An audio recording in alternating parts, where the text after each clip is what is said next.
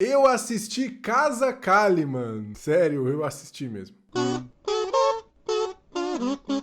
Senhoras e senhores, eu sou o Roary Moraes, sejam muito bem-vindos ao meu canal e não repara a bagunça, né? Na moral aí, ó, já deixa seu like, se inscreve e balanga o sininho, porque eu fiz um sacrifício enorme. Abdiquei do meu tempo, do restante da minha saúde mental em prol do entretenimento, em prol desse canal. Eu fui um dos poucos seres humanos que tiveram a coragem de assistir a todos os 13 episódios de Casa Kalimann. Por que eu fiz isso?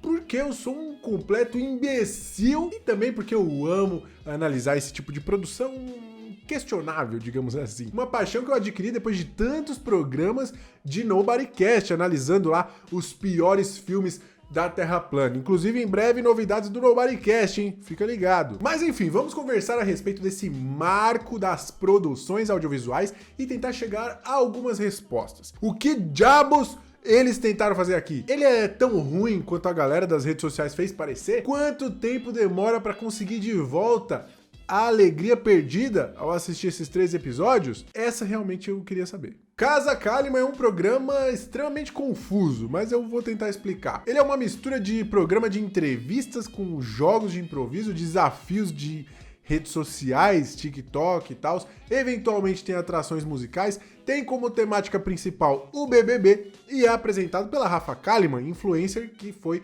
finalista da edição de 2020 do reality. Me desculpa, mãe, por saber de tudo isso. Vamos começar falando sobre a figura central desse projeto, né? Não tem como, ela é a cara desse programa que por um acaso recebe seu nome, então isso tem um peso muito grande. A Rafa Kalimann nunca foi pra mim uma personagem interessante no BBB, apesar de eu ter curtido demais a edição que ela fez parte, eu não consigo me lembrar de um momento dela que tenha me impactado de alguma forma, assim, os poucos memes dela eu acho super sem graça e pra mim ela não é nem um poço de carisma, assim, sabe? E pra fechar o pacote ela ainda tem toda essa vibe sertanejo bolsominion que chega a me dar um embrulhozinho no estômago. Mas apesar de tudo isso que eu disse, não dá pra tirar o mérito da mina, ela fez umas paradas como missionária lá, que é muito massa, ela já era bem conhecida antes de entrar no BBB, eu não sei se o casamento com o Rodolfo, da dupla sertaneja Rodolfo e outro cara aí, ajudou ela a ficar ainda mais famosa ou ajudou ele, sei lá. O que eu sei é que esse casamento rendeu essa foto maravilhosa aí e bastante simbólica, inclusive. Resumindo, Rafa Kalimann já falava com uma galera e explodiu depois que saiu do BBB como vice-campeã, né? Nesse exato momento, ela tem apenas 22 milhões de seguidores. Então, era mais que natural que a Globo tentasse aproveitar, né, toda essa popularidade dela aí de alguma forma. Inicialmente, o papo era que ela ia atuar em novelas, mas isso ainda não rolou. Antes que acontecesse, ela ganhou um programa para chamar de seu, uma baita superprodução, aliás, chamada de Casa Kalimann. E vou te dizer, foi uma ideia terrível. O cara que criou o cachorro quente de pote viu isso e achou uma ideia merda. Pra vocês terem uma noção. Bom, primeiro que a Rafa Kalimann pode até desempenhar uma porrada de atividade diferente. Inclusive, segundo o Wikipedia, ela é influenciadora digital, apresentadora, empresária, modelo, youtuber e missionária. Parece a apresentação da Daenerys do Game of Thrones. Mas uma coisa que não dá pra falar é que ela é uma boa apresentadora. Sério, ela manda muito mal. E essa falta de preparo, né, essa insegurança, ficavam muito escancaradas quando o convidado do programa não carregava o programa nas costas, não era engraçado ou, sei lá, minimamente carismático. Pra vocês entenderem, um dos episódios menos piores é o do comediante Paulo Vieira, porque ela fazia uma pergunta pra ele lá e ele desatava a falar, contar a história. Então ela tava ali que nem a gente, assistindo o show do Paulo Vieira. Só que pra infelicidade da Globo, isso aconteceu pouquíssimas vezes. Em episódios como da GK, da Lumena ou do André Marques, por exemplo, o negócio fica muito feio. O convidado não rende, por vezes parece que ele tá constrangido ou pouco interessado em estar ali. A Rafa não segura a bronca sozinha e vai parecendo que você tá diante de um dementador que aos poucos vai sugando sua energia vital. Não dá pra jogar a culpa toda na Rafa Kalimann, isso seria injusto pra caramba, até porque eu acho que esse programa não funciona por uma série de decisões erradas, que começam sim pela escalação dela, né? Esse programa aqui, pelo formato proposto, precisava ser apresentado por uma Tata Werneck, um Fábio Porchat, um Eduardo Sterblit, alguém com essa pegada de raciocínio rápido, mais improvisador, que tivesse experiência em entrevista, né, para conseguir extrair conteúdo dos convidados, tirando proveito daquele ambiente mais descontraído, mais leve, mas isso não acontece. E esse é um outro problema aqui, né? Porque como programa de entrevista, ele não funciona, porque as perguntas não são boas.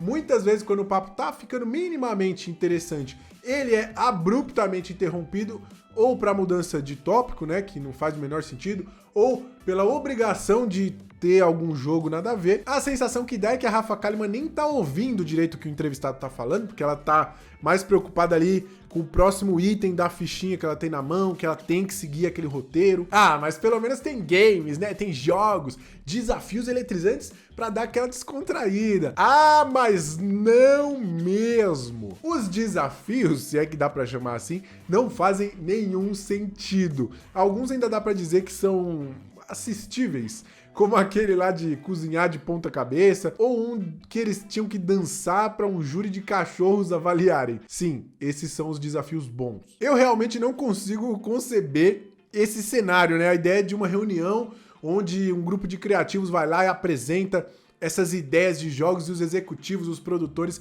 acham incrível, aplaudem. Eu não sei até que ponto que a própria Rafa tem envolvimento nessa parte de criação, ou o Boninho, mas o que vocês tinham na cabeça? Dentre esses desafios aí que não prestam, sem sombra de dúvida, um dos piores é aquele em que ela leva a pessoa para um mundo mágico, né, como ela chama. Nesse ambiente secreto, escondido lá por uma cortina, a produção tinha preparado um cenário, uma experiência com base no perfil do próprio convidado. Quando a Rafa apertava o interruptor gigante, a cortina caía, ela e o convidado então tinham que cumprir um desafio que era basicamente ficar ali dentro conversando. Qual é a lógica? Falaremos muito sobre lógica nesse vídeo, senhoras e senhores. Em alguns casos desse desafio aí, o próprio programa tinha dificuldade em justificar a escolha daquele tema para o convidado. No episódio do Rafael Portugal, por exemplo, o cenário é todo feito de doces. Só que quando a Rafa pergunta pro Rafael Portugal, ele fala que prefere salgado, na verdade. Com a Juliana Paz também foi incrível. A Rafa perguntou se ela curtia cantar. Ela disse, claro. E qual era a surpresa dela? O cantor Bochecha cantando uma música num karaokê. No episódio da Carla Dias, a surpresa dela era o Belucci, da dupla Marcos e Belucci, tocando lá sozinho, e a justificativa era porque a Carla era uma pessoa muito romântica. Carlinha, me deu uma vontade agora de enlouquecer. Ai, meu Deus. Eu decidi o momento de apertar esse botão pra gente entrar numa sala mágica. Aperta, tô ansiosa! 3, 2, 1. Antes de abrir, ela fala que tá com vontade de enlouquecer. Eu que tô enlouquecendo. Mas pasmem, tem um quadro pior. Ou melhor, dependendo do ponto de vista, né? Estou falando do universo paralelo, ou o famigerado jogo do botão. Você muito provavelmente não assistiu nenhum episódio, mas com certeza esse vídeo aqui chegou até você. Vou te mostrar. Meu nome é Rafa Kalimann e eu adoro falar com vozinha de bebê. Quem é o pitutu da mamãe? Quem é o nenenzinho? Quem? Nesse desafio aí, a Rafa Kalimann vai lá fazendo uma entrevista normal, até que ela lança uma pergunta mais polêmica, digamos assim. E quando o convidado hesitava um pouco, ela ia e apertava o botão e fazia uma brincadeira de improviso, né? Ela falava, tô aqui com a dançarina de sapateado que vai ensinar um passo incrível. Aí a pessoa tinha que entrar na brincadeira e fazer o que era proposto. Mas essa brincadeira era muito estranha, porque quem deveria apertar o botão, né, eu imagino, era o convidado quando realmente não quisesse responder. Mas o que acontece aqui é que tem mais de um momento em que, mesmo o convidado se mostrando até disposto a falar, ela vai lá e aperta, muitas vezes cortando uma conversa que até estava ficando interessante. Para completar o combo da desgraça, antes de começar o desafio, a Rafa demonstrava como funcionava esse tal de universo paralelo aí, dando alguns exemplos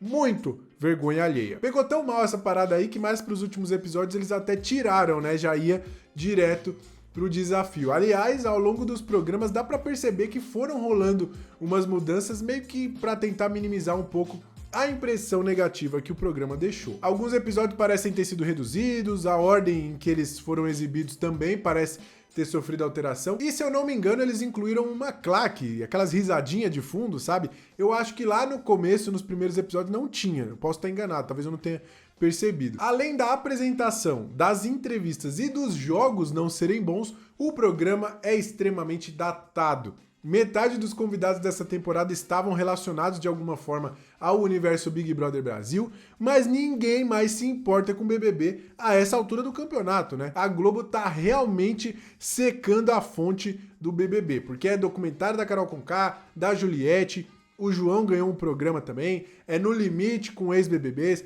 Gil com quadro na Ana Maria Braga e mais esse programa aqui que se tirar o tema BBB sobra bem pouco. E eu não tô exagerando não, porque até os convidados que não tem nada a ver com isso tinham que participar de uma espécie de teste do BuzzFeed em uma nave espacial para saber que participante do BBB eles seriam. DK, essa é minha nave louca que vai levar a gente pra dentro da casa mais vigiada do Brasil. Como é que vai funcionar? Pera, os botões dessa nave espacial são tampas de garrafa de água e de produto para lavar roupa? O que tá acontecendo aqui? E o resultado do teste era mostrado num vídeo meio deepfake que ficava bastante perturbador. Eu fiquei tentando achar justificativas pra não ser apenas hater, né? Fiquei tentando passar um pano pensando, tudo bem, acho que eu não sou o público-alvo aqui, o foco é o jovem, geração Z, o TikToker, a galerinha das redes sociais. Eles podem até ter mirado nessa galera, mas a parada é tão maluca que ao mesmo tempo que tem uma vibe meio de programa infantil pelas cores e o cenário, tem um desafio de dublagem pra pegar essa galera aí do TikTok,